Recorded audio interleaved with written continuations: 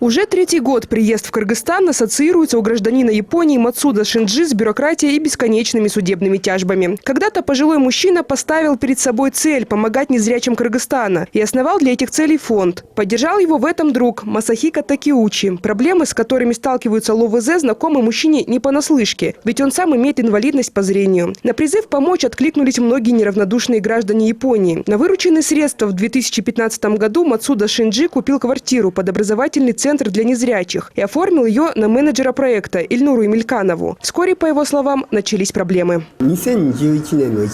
Очень редко можно встретить на улицах Кыргызстана слабовидящих. Я хотел исправить по мере моих сил эту ситуацию. Когда я работал в качестве волонтера, я видел тренинги, которые вела Ильнура Эмильканова. Я был впечатлен и хотел поддержать ее деятельность. Поэтому я ее спросил, как я могу помочь. Она сказала, что хорошо было бы открыть образовательный центр здесь, в Кыргызстане, и мы собрали на это деньги. Также во время открытия центра мой друг Такеучи отметил, что некоторым детям еще можно вернуть зрение. За несколько лет с помощью нашего фонда выделили средства на операции для 85 детей, их оперировали в детской джайской больнице. Мы будем продолжать помогать детям, несмотря на эту неприятную ситуацию с образовательным центром. По словам Мацуда Шинджи, за эту квартиру в 2015 году он отдал из фонда $83 тысячи, а также потратил на ремонт 30 тысяч в американской валюте. Итого образовательный центр обошелся в 113 тысяч. А после он выяснил, что цифры в смете были весьма завышены. Ильнура Эмильканова, по подсчетам аудиторов, около $10 тысяч присвоила себе. Уголовное дело возбудили в 2017-м. Затем его передали в суд и в итоге вернули на доследование для восполнения пробелов следствия. Лишь когда вопрос попал под контроль Совета безопасности, дело сдвинулось с мертвой точки. Почти год материалы рассматривали в Первомайском районном суде. И только 31 мая районная инстанция вынесла свой вердикт. Приговорить гражданку Эмильканову к 5 годам условно по статье «Мошенничество» и обязать в течение 1 года возместить 6 700 000 сомов.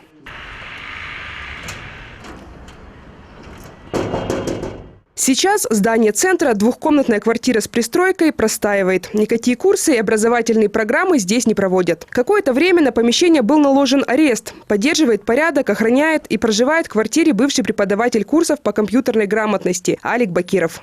Так, вот здесь у нас зал. Здесь у нас проводили общественные мероприятия, там семинары. Так, здесь у нас кухня. Здесь обучали готовить незрячим людям. Дальше у нас тут компьютерный класс был у нас.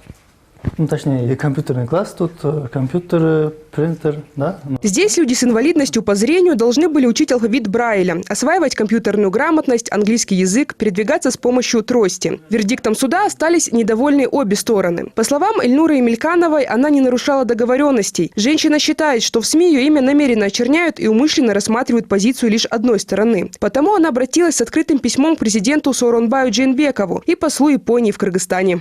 Представителям гражданина Японии Мацуда Шинджи верят и принимает во внимание их голословные утверждения, в то время как мне отказано в предоставлении свидетелей, отказано в проведении независимой экспертизы по факту расходов денежных средств. Кроме того, были изъяты следователям фактические документы, подтверждающие расходы, и незаконно переданы все оригиналы документов представителю гражданина Японии Мацуда Шинджи. Также из офиса были украдены основными свидетелями со стороны гражданина Японии Мацуда Шинджи специальная техника, оборудование для обучения незрячих людей, документы организации, мебель, фото и видеоматериалы, подтверждающие мою деятельность.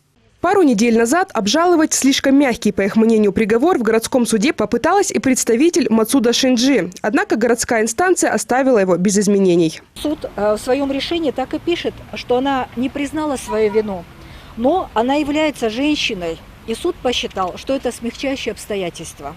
Мы еще не согласны с тем, что на момент совершения преступления $113 тысяч составляли 7 797 000 сомов по курсу на момент совершения преступления.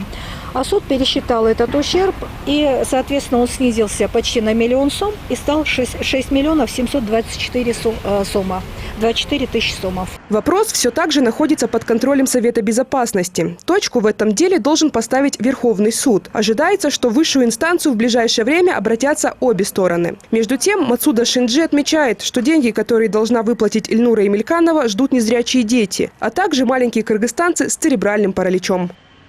Екатерина Стопкина, Самат Далатахунов, НТС.